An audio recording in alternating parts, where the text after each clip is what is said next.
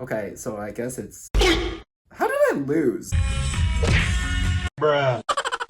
Hey guys, and welcome back to AB Chinese. Today we're going to try out an app called Ninchanese. And this app doesn't really have any defining features, or at least they don't market themselves as being particularly strong in a certain area. So there's not much for me to say beforehand. Let's just jump right into it because I know you guys probably just want to see the app anyways. 我们开始吧.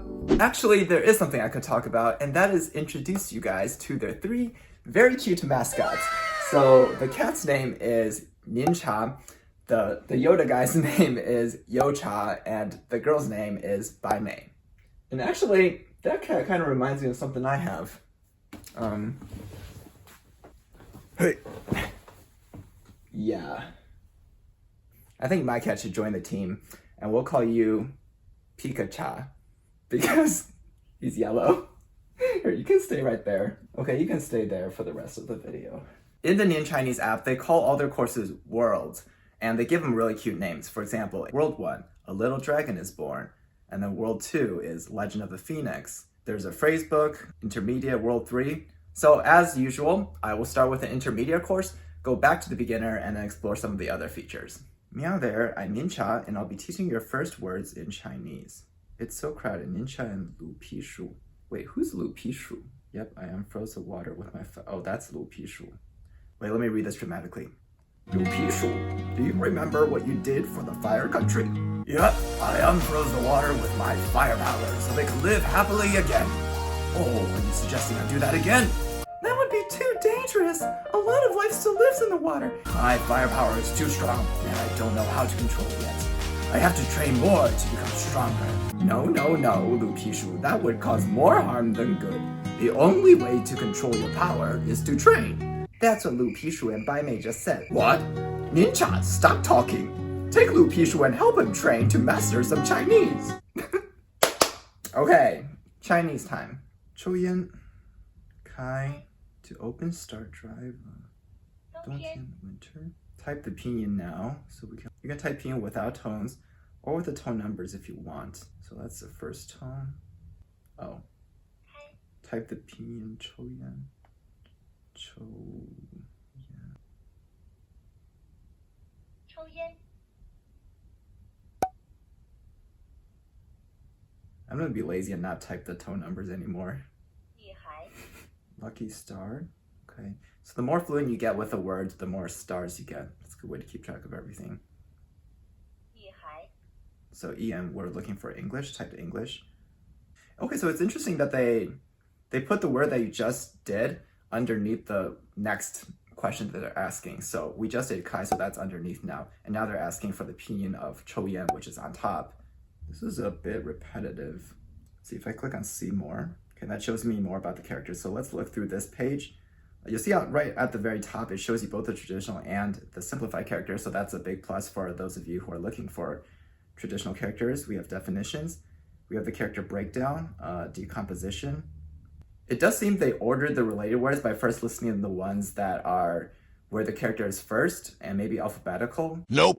Wait, that doesn't make sense. Because like I would argue Jidwan is a more common word for this character, but that is down here. It's all the way down here. So suggestion for the developers, maybe consider reordering this by how common these words are. And then we also have 9 idioms. Oh, I forgot to mention too, they also have the stroke order animation up here on top. And did somebody actually write that by hand? It looks handwritten. That's cute. Yeah, okay, so I'm starting to really not like how they say the audio of the previous word, because when you get to the next question and you hear the audio of the previous word, sometimes you think in your head that that's the word they're asking for, so then you type that and then it's wrong. Guys, I've been doing this for a while now, like over 10 minutes, and I'm only halfway through this lesson. This is long. Let's hear that audio again. This audio is slightly off. Should be 咱们. Okay, I finally finished that lesson. That was probably longer than I think any app I've tried before. That literally took like 20 minutes. And the reason it took so long was because it was really repetitive. Like they just kept on asking over and over the English for this word, the pinyin for this word, and then It was basically just that over and over again. It was very repetitive. Okay, so actually, I just realized that the 3 mascots represent 3 different aspects of learning Chinese. So Nincha, the cat, which is blue in the app, it's focused on vocabulary, whereas, what's his name? Yocha, the green guy, Yoda, is build sentences. So this one's focused on grammar. And Bai Mei, the pink one, is focused on speaking. So let me go ahead and do one of the other 2 as well. You should go to offer help.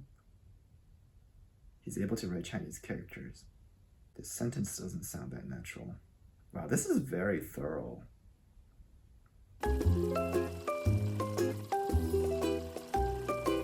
Okay, I read through this entire thing and it's pretty thorough for an app, all things considered. Remember the first page when I came on here and it said, 他会了写汉字? I'm like, that doesn't sound right. Like, okay, thankfully they did have it right. I don't know why it was out of order on the first page, but whatever. Huh? Wait, where's all the luck going? 他住在了北京已经3年了。他在北京已经住了3年了。I guess that works. I don't know why I couldn't think of that. A few moments later. So they're looking for 他在 what was it? 他在北京. Well, what are they looking for? What was it? Now I can't remember. Oh, 他在北京. I don't remember. What was it? 在北京已经住了3年了. Okay. Okay, this is another example where I would just say 5年了. 他学汉语5年了. 学了汉语5年了. Oh. See, the reason that sentence I don't think is very natural is because you want to condense your sentences as much as possible, and having 2 la's in the same sentence makes it lengthy and wordy. It would be better to say 他学汉语5年了. 他学了5年的汉语. 汉语学了5年. 他学汉语5年了. Yeah, I think 他学汉语5年了 would be what I would say. Here we go. The 4th time I'm gonna mess this up. How come I can't remember this? Bruh. 他在北京住了. 他在北京已经住了. Whoa. Okay, let's look at listening mode. I don't really want to read that anymore. Okay, so since we're here, let me show you how to add a keyboard in Chinese. Since I don't use this phone anymore, so it doesn't have a Chinese keyboard anymore. This is Android 10, but I think for recent Androids, they're probably all similar. So on the keyboard, you'll see that there's a setting button on the top menu bar. You want to click on that setting button, go to languages, and then add a keyboard. And you're just looking for Chinese pinyin. Okay, Chinese. And then you can choose, Cantonese, Chinese simplified, or Chinese traditional. So what we're gonna do is Chinese simplified, and you can select pinyin, 9-key, handwriting. Handwriting is a really useful one too. If you see a character you don't know, you can write it out just by tracing it. And I don't know how to use stroke, honestly. And now you just click on this world button on the bottom next to the space bar. See, and that toggles between all of your keyboards. 人很多呀. So 人很多. And then let me show you the handwriting keyboard real quick. So you can just trace on here. And it doesn't have to be perfect, but there's a character we're looking for. Okay, I misheard them, but that's how you use the handwriting. 我们快点去拿号吧. What? 我们快点去拿号吧. 我们快点去拿号吧. 小朋友，你是否有很多问号？ It's like 我们快点去 something. 现在才到拿号. 160号. Yay! We're done. Let me look at what the story is. 人很多呀. 人很多呀. I'm gonna say the 平 next 时 one 大 wrong. 家都要上班，没有时间。平时大家都上班，没有时间。只能周末来了. It's not listening for tones. 只能周末来了. 周日银行也开门嘛. I'll say this all with first tone. 周日银行也开门吗? It's not listening for 有的 tones. 开. This time I'll say the tones right, but pronounce one character wrong. Or 2. 有地开，有大不开. 你拿号吧. Bruh. So this speech recognition is not that great. 还有27个人才能到我. Okay guys, this is taking really long, but I will still do what I said I would do, which is go back and do an elementary lesson. 4 words. Here we go. Oh, there's a video. What is this?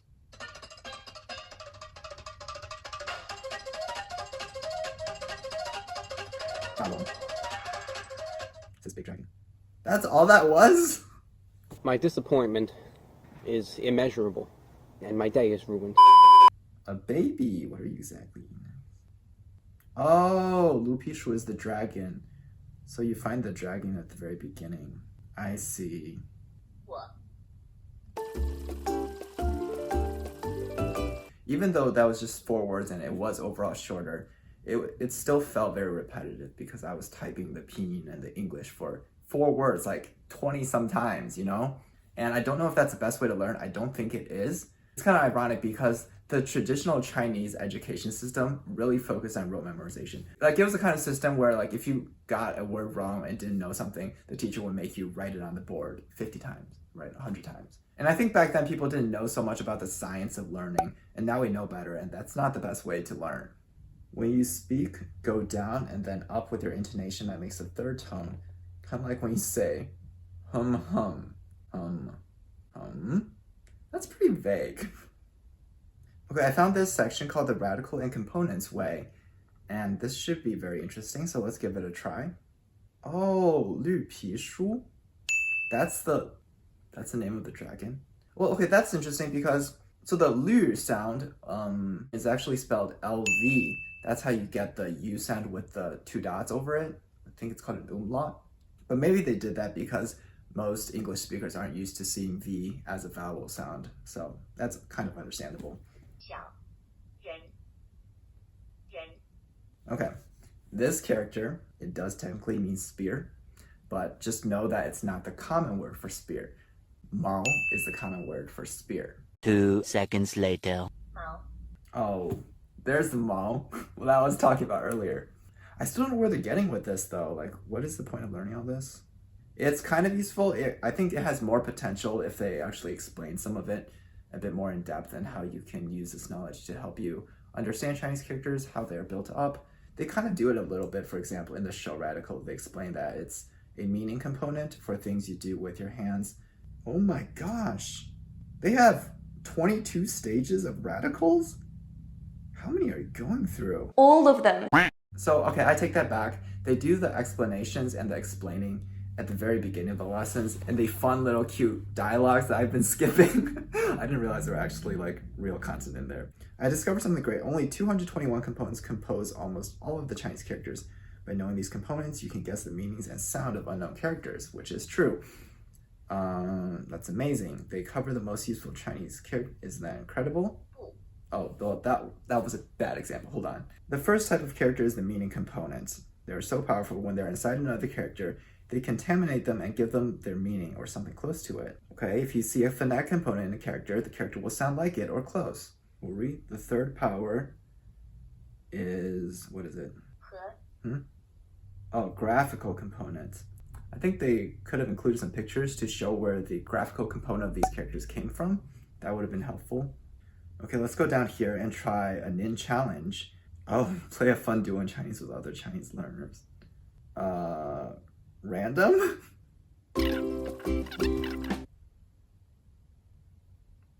La? Completion particle? Ah. Come on. Enrique, let's go. Am I still waiting for him? Guys, I think he left. I'm leaving. Expires in 5 days?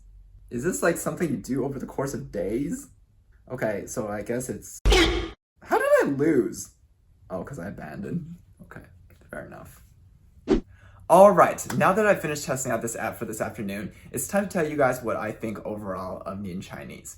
So first, let's start with the positives. The first thing I want to point out is that they have a really unique approach to teaching Chinese and getting you captivated. Is that they almost like created a fictional world, right? And that's what they call their courses, worlds. And in these worlds are these characters. Before you start each lesson, you kind of read this little story involving these characters. And at first I thought it was kind of dumb, but then I realized that they actually incorporate some content into those stories. So it's kind of a really creative way to get you hooked. If any of you have read like webtoons, you know that feeling you get after you finish an episode and you want to know what happens next because you're like emotionally invested in the characters. It's kind of like that feeling. So in a way, it's like they made your Chinese learning journey into a webtoons, into like a novel, and you're reading your own story. Okay, and some content things that they do really well is that grammar was actually really in depth.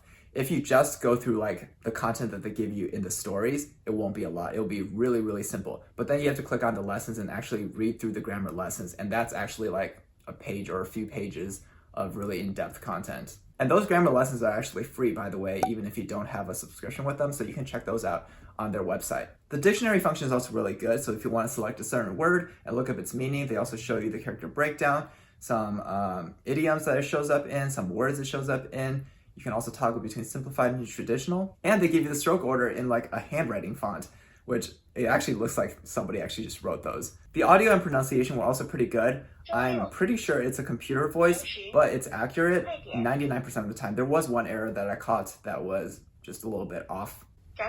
But overall, you should be fine relying on that pronunciation. Now let's talk about some things that I didn't find quite as appealing.